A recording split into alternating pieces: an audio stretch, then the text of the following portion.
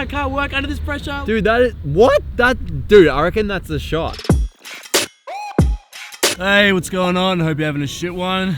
Today I'm in my city, and we're actually on this bridge here at the moment because I'm here to take some long exposures of a train going by and then the city in the background. But I came out tonight just because I wanted to clear my head, take some photos and stuff like that. But basically I thought while I'm out here I could probably teach you a thing or two about long exposures. The first thing you're gonna need actually is a tripod. And the other thing you need is a location and it to be nighttime, I guess.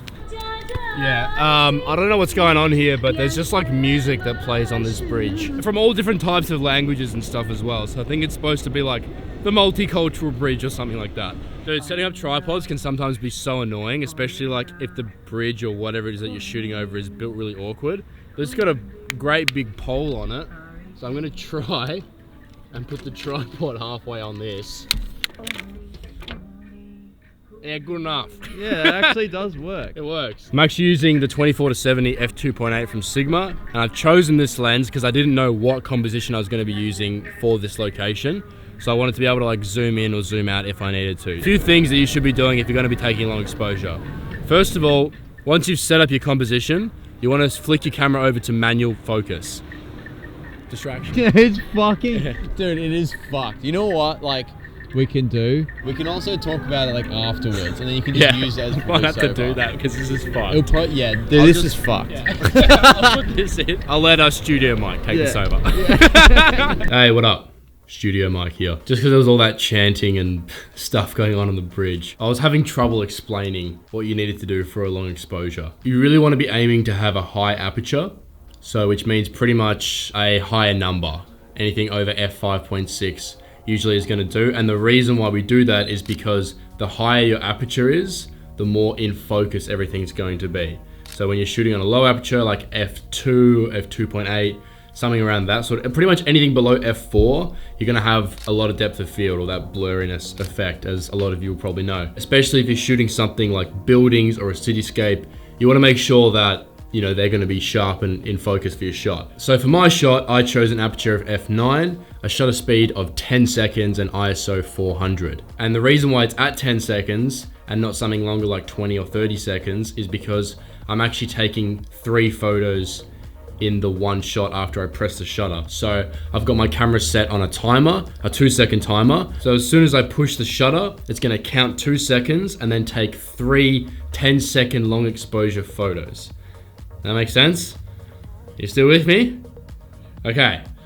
No? I'll go fuck off then. No. And I'd recommend shooting on something like a 2-second shutter, just because when you're actually holding the camera and taking the long exposure, you can actually be shaking the camera a tiny little bit, and then when you zoom in, your photos are just going to be shit because they're going to be out of focus. Not out of focus, they're just going to be blurred, So having a 2-second timer, you gently press the shutter and then you let go of your camera so nothing's moving, and then your camera can fully focus on taking the shot. And then I'm taking 3 of them because as the train's going past, it's going to get a few different sort of shots for me to play around with later when I come into editing, right? But while we were waiting there to take that photo, I was waiting for a train for a really long time to come on the right side of my image, and listening to all that tribal music sort of sent us a bit insane. So what are you doing right now, Mike?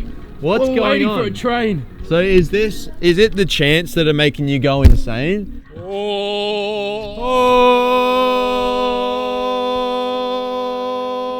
Does it look like my hands are 1/4 of a second? Wait. Hey, does that look like 1/4 of a second? Now it does. Holy fuck, this looks creepy as. What's happening? So, basically, the universe, the unicycle, fucking hates me because it only puts trains on the left of my images. Like that one right there? Yeah. Dude, I've been waiting for about fucking half an hour just for a train to come on the right side. So, you fucking piece of shit. Hey?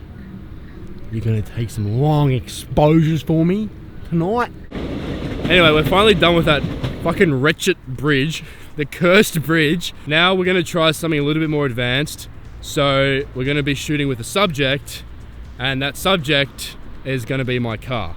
So we're gonna head over to the docks now, and there's a lot of trucks basically that go in and out of the port. And basically we're gonna be using the truck as our light source for one of our shots. So we're gonna go see if that works.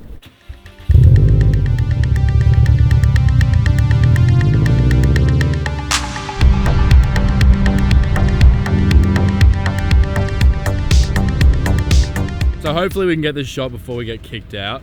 This is generally a pretty notorious place to get kicked out because of, you know, just the amount of trucks that are around, and it is kind of dangerous, I guess, to be just parked up. But anyway, so my plan is to park my car just sort of like a back 3/4 shot along the pavement here where we parked, and just wait pretty much for a truck to come around the corner. And exactly just like I showed you earlier with the train shot, we're going to be using the truck as our source of light, just like we use the trains as our source of light in the foreground of that picture that we took at the city. It's essentially just using that but in a different composition, but the subject, which is going to be our car, is going to be in focus, and the light trail or whatever it is that's going on behind is just an addition to the image, if that makes sense. So a little bit more complicated, but if we can pull it off, I know this shot's going to be fucking sick. I did have the tripod on the ground, but I'm going to just do an extendo patronum. Extendo Patronum.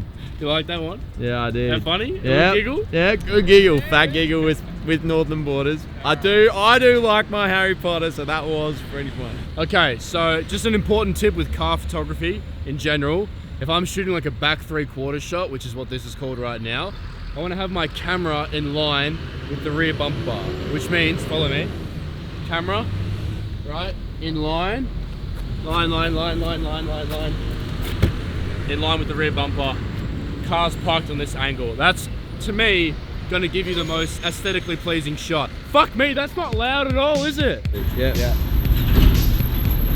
All right, here we go. Time it perfectly.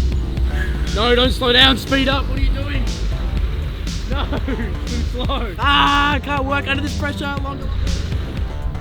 Quick, change all my settings, fuck. That was shit. Oh no, that's kind of cool. Do you see that? How it's like got an orange thing that's like, that's interesting as fuck. Oh. That is so sick. I like that. How it's... Oh, check that one. What? Dude, that is... What? Dude, I reckon that's the shot. I don't take enough side angles, like just straight side on. So let's just try that. And I'm actually gonna do this one landscape, because I just don't do enough of that either. So side on, landscape shot.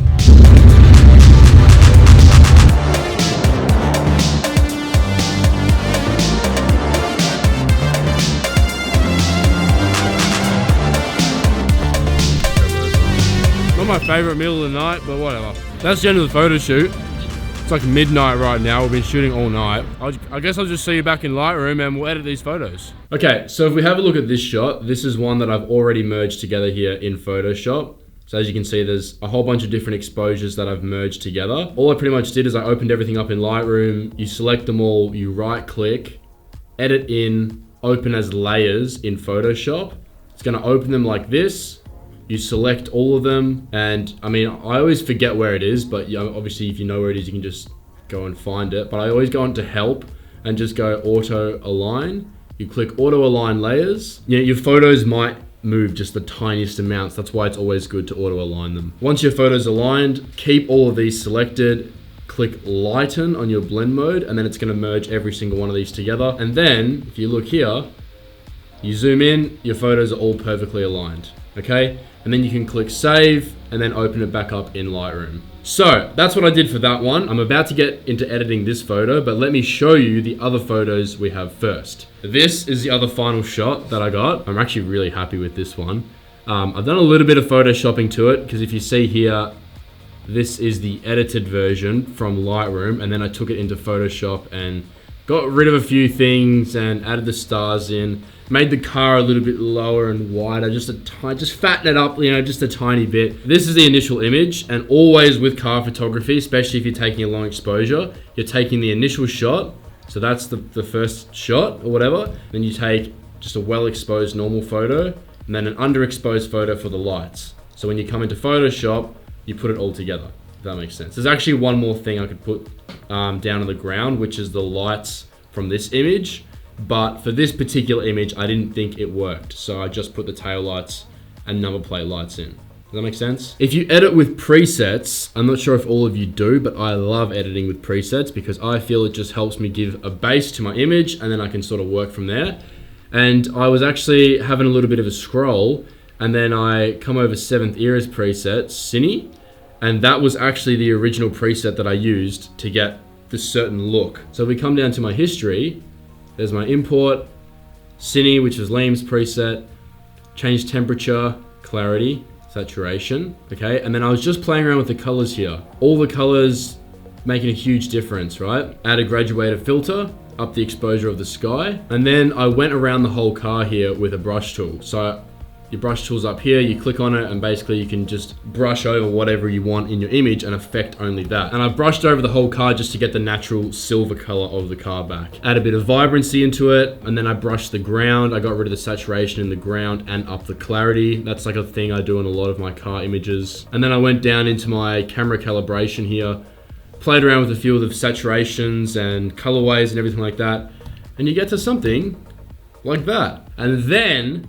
I came into Photoshop, image here, added the lights in as you can see, did a little bit of stamp tooling, got rid of the sort of some yucky stuff, and then I tried to start getting rid of the containers in the background there, extended the whole light trail, and then added some stars in, which is really easy to do because if I just disabled the mask here and changed this to normal, it's just a picture of stars that you can get off the internet, or you can take your own picture. And if you're going to be using stars, like a star image, make sure it's a copyright-free image that you're using. And then blend mode, normal, into lighten, and then I added a mask in and then just sort of masked out some of the stars to get something just very sort of faint at the top there. And then, but wait, there's more. I copied those settings that I used to edit this initial image, and then I pasted them, right? Which you can do by holding Command. You hold Command Shift S. It brings up these settings if you want to copy everything over to your other image. And I hit synchronize. So I did that, which brought me to this. And then obviously I played around with the colors a little bit there, but you get something like that. So there's the before and after. Far out, that's a lot of information. So now what we can do is we can use these settings from this and come to this image, and let's just see what happens if we synchronize the settings.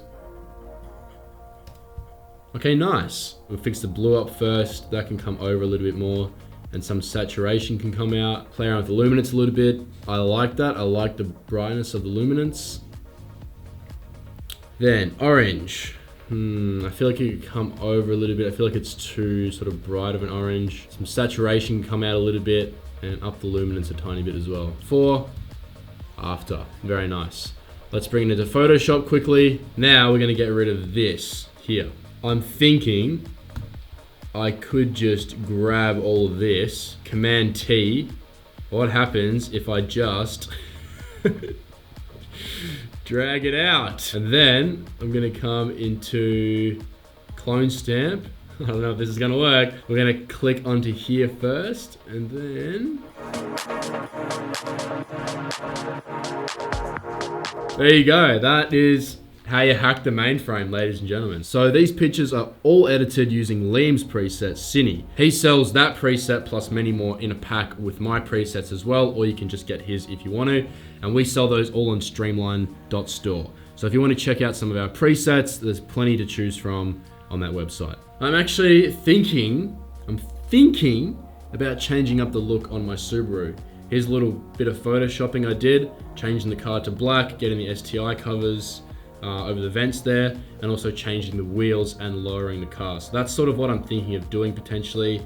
I'm not 100% set on it yet. I don't know if I want to go with the black and gold colorway or if I should go black with silver wheels or like the titanium wheels. Yeah, if you've got any comments or feedback or your thoughts on particular colorways, let me know. Maybe comment it down below. That's the end of the video. I hope you enjoyed watching. I hope I taught you something new in today's video, and maybe if I did, you can like this video or help me out by hitting subscribe. But with that all said and done, have a shit one, and I'll see you in the next one.